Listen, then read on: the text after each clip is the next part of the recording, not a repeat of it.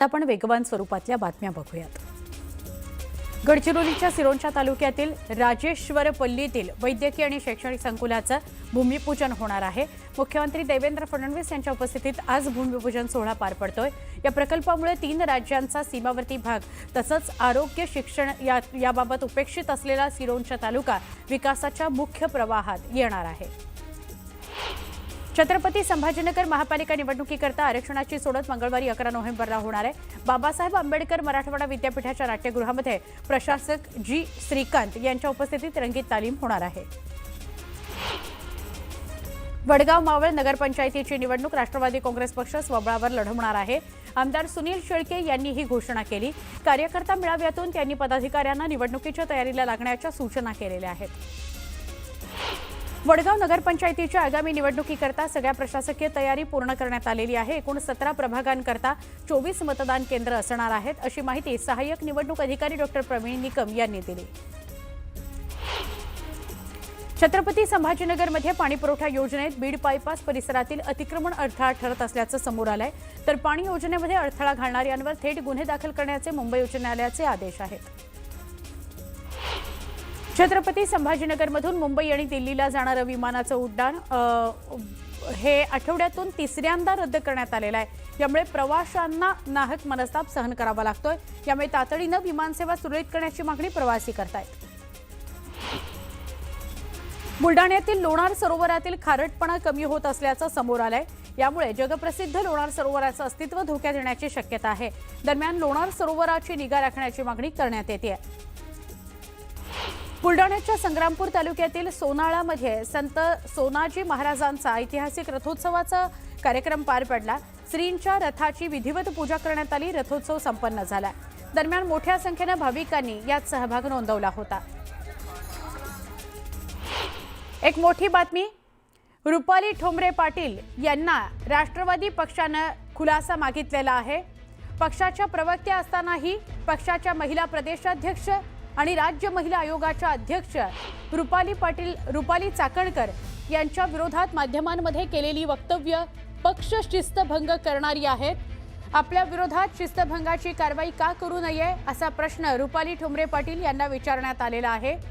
7 दिवसांमध्ये याचा खुलासा द्यावा, नाहीतर आपल्यावर योग्य ती कारवाई केली जाईल, असं रुपाली ठोंबरे पाटील यांना पक्षाने दिलेल्या नोटिशीत म्हणण्यात आलेलं आहे।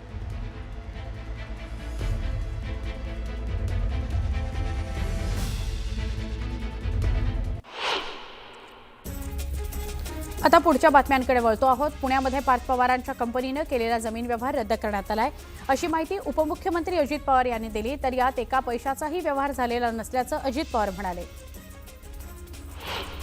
पुण्यातील जमीन व्यवहार प्रकरणी पार्थ पवारांनी व्यवहार रद्द करण्याकरता अर्ज दाखल केलेला आहे। मात्र त्यांच्यावर गुन्हा दाखल न झाल्याने आरोपांच्या फैरी झडत आहेत। पुणे जमीन प्रकरणामध्ये अजितदादांना जेव्हा कुणकुण लागली की तेव्हाच त्यांनी हे प्रकरण थांबवलं होतं, असं झालं नसतं। मात्र त्यांच्या कामाच्या व्यापात काही निर्णय परस्पर पण होतात, असा खोचक टोला राधाकृष्ण विखे पाटील यांनी लगावला।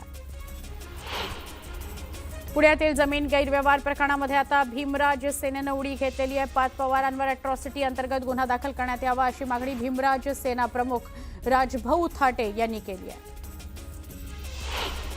मनोज जरांगे यांच्या घातपाताचा कट रचणाऱ्या दोन्ही आरोपींना 12 नोव्हेंबरपर्यंत पोलीस कोठडीची शिक्षा सुनावण्यात आली आहे। आरोपी अमोल खुणे आणि दादा गरुड यांना अंबड कोर्टात हजर करण्यात आलं होतं। जरांगे यांच्या हत्येचा कट रचण्याच्या कारणावरून दोघांवर गोंदी पोलिसात गुन्हा दाखल करण्यात आला आहे। भाजप आमदार नारायण कुचे जरांगे पाटलांची भेट घेताना दिसले। नारायण कुचे मुख्यमंत्र्यांचे निकटवर्तीय आमदार आहेत। धमकी प्रकरणी कुचे यांच्याकडून चौकशी करण्यात आल्याची माहिती मिळते आहे। मनोज जरांगे यांच्या हत्येच्या कटासंदर्भात आरोपी अमोल खुणे यांच्या कुटुंबाची प्रतिक्रिया समोर आली आहे। मनोज जरांगे यांच्याकरता माझा मुलगा त्यांच्या सोबत राहायचा, तो असं करू शकत नाही, तर त्यांच्या पत्नीला देखील प्रतिक्रिया करताना अश्रू अनावर झाले। सोलापूरमध्ये मराठा समाज आक्रमक झालाय। आमदार धनंजय मुंडे यांच्या प्रतिमेला जोडे मारून मराठा बांधवांकडून आक्रोश व्यक्त करण्यात आला। त्याचबरोबर जरांगेंना सुरक्षा पुरवण्याची मागणीही करण्यात आली। हिंगोलीच्या औंढा नागनाथ तालुक्यातील जवळा बाजार इथं उद्धव ठाकरे यांनी शेतकऱ्यांशी संवाद साधला। यावेळी परिसरातील शेतकऱ्यांनी आपल्या व्यथा उद्धव ठाकरे यांच्या पुढे मांडल्या। बाबा सिद्दीकींच्या पत्नीची मुंबई उच्च न्यायालयामध्ये धाव घेतलेली समोर आली आहे। हत्येचा तपास करण्याकरता एसआयटी स्थापन करण्याची मागणी करण्यात आली आहे। याचिकेत मुंबई पोलिसांच्या तपासावर प्रश्नचिन्ह उपस्थित करण्यात आलं आहे। सिंधुदुर्ग जिल्ह्यात नगर परिषद आणि नगरपंचायत निवडणुकीमध्ये भाजपनं स्वबळाचा नारा दिलाय। अशातच शिंदेंच्या शिवसेनेनं आपली ताकद वाढवायला सुरुवात केली आहे। शहरातील मवियाच्या काही लोकांचा एकत्र येऊन शांततेत निवडणूक घेण्यासंदर्भातला प्रस्ताव आला होता। हा प्रस्ताव आम्ही शिंदेंकडे पाठवलाय असं राजन तेली यांनी म्हटलंय। शहाड नगरपालिकेची निवडणूक कुठल्याही पक्षाकडून न लढवता जनता विकास आघाडीच्या नावाखाली लढवण्याचा निर्णय अभिजित पाटील यांनी जाहीर केलाय। गेल्या पंचवार्षिक निवडणुकीमध्ये अभिजित पाटील यांचे वडील लोकनियुक्त नगराध्यक्ष म्हणून निवडून आले होते। अलिबागमध्ये नगरपालिका निवडणुकीमध्ये ठाकरेंची शिवसेना, काँग्रेस आणि शेकाप एकत्र लढणार आहेत। काँग्रेसचे कार्याध्यक्ष राजा ठाकूर यांनी ही माहिती दिली आहे। तर काँग्रेस 3 जागांकरता आग्रही असल्याचंही ते म्हणाले। काँग्रेसचे नेते आणि रायगड जिल्हा काँग्रेस कार्याध्यक्ष राजा ठाकूर यांनी काँग्रेसच्या प्रमुख कार्यकर्त्यांसहित आज शेकापचे सरचिटणीस जयंत पाटील यांची भेट घेतली। आगामी काळातील स्थानिक स्वराज्य संस्थांच्या निवडणुकीमध्ये अलिबाग नगरपालिकेमध्ये काँग्रेसला कमीत कमी 3 जागा मिळवण्याकरता काँग्रेसचे वरिष्ठ नेते यांना राजा ठाकूर यांच्या नेतृत्वात जयंत पाटील यांच्याकडे आग्रह धरलेला आहे। यावेळी काँग्रेसला अलिबाग नगरपालिकेमध्ये कमीत कमी 3 जागांवर उमेदवारी मिळावी असा आग्रह या नेत्यांनी जयंत पाटील यांच्यासमोर धरला आहे। त्यामुळे अलिबागमध्ये शेकाप काँग्रेस एकत्र आल्यास शिंदे सेनेला मोठं आव्हान असणार आहे। आम्ही आज एका व्यासपीठावर आलो आहोत। उद्या आमचं काय होतं माहीत नाही असं वक्तव्य मंत्री कोकाटे यांनी केलं। उद्या आम्ही कोणाकडे असू सांगता येत नसल्याचंही ते म्हणाले। अमरावती जिल्ह्यामध्ये काँग्रेसकडून नगरपरिषद नगरपंचायत निवडणुकीकरता तयारी सुरू झालेली आहे। उमेदवारांच्या मुलाखतींना उत्स्फूर्त प्रतिसाद मिळतोय। सगळ्याच नगरपरिषद आणि नगरपंचायतांवर काँग्रेसची सत्ता स्थापन होईल असा दावा काँग्रेस खासदार बळवंत वानखेडे यांनी केला। येवल्यामध्ये नगरपरिषद आणि जिल्हा परिषद निवडणुकीच्या पार्श्वभूमीवर राष्ट्रवादी काँग्रेसनं तयारी पूर्ण केलेली आहे। माजी खासदार समीर भुजबळ, आमदार पंकज भुजबळ यांनी कार्यकर्त्यांसोबत इच्छुक उमेदवारांची बैठक घेतली आहे। नंदुरबारच्या तोरणमाळ इथं राष्ट्रवादी काँग्रेसनं शेतकरी मेळावा घेतला। आदिवासी बहुल भागातल्या शेतकऱ्यांना सर्वतोपरी मदत करण्याचं आश्वासन देत निवडणुकीचं रणशिंग फुंकण्यात आलं। या मेळाव्यामध्ये नंदुरबारमधल्या अनेक पक्षाच्या कार्यकर्त्यांनी राष्ट्रवादी काँग्रेसमध्ये प्रवेश केला। मुख्यमंत्री साहेब, तुम्हाला शेवटचं सांगतो, आजला राज्याचा नाश करणारा नासका त्याचा शेवट करा। याला चौकशीला घेऊन याची सगळी चौकशी करा, कारण ह्यो फोनवर बोललेला आहे। प्रत्यक्ष आरोपी सोबत याच्या बैठका झालेल्या, प्रत्यक्ष बैठका झालेल्या।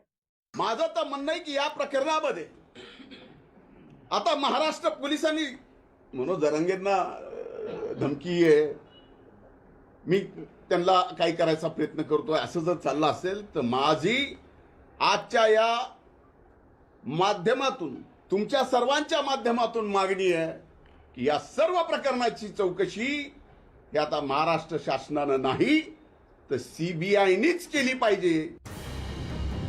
हा कट रचण्यासाठी आरोपींची धनंजय मुंडेंच्या सोबत बैठक झाल्याचा आरोप जरांगेंनी केला। त्यालाही धनंजय मुंडेंनी उत्तर दिलंय।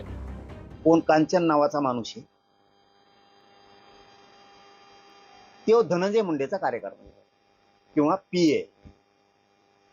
धनंजय मुंडे हे माझ्या विरोधात षडयंत्र रचण्याचं काम त्यांनी केलं। परळीला नेलं, त्या बीडच्या रेस्ट हाऊस, आणि तिथं एक मोठी बैठक सुरू होती। ती बैठक धनंजय मुंडेने सोडली। हे आल्याला कळालं की याच्यापाशी 10-20 मिनिटाचा वेळ दिला आधी। तिथंच एक आरोपी नेला होता याच्यातला आधी। आता मी गेस्ट हाऊसला दर सोमवारी बसतो, अनेक सहकारी आहेत, अनेक जण येतात, भेटतात, बोलतात, कुणाला बाजूला जाऊन बोलावं लागतं।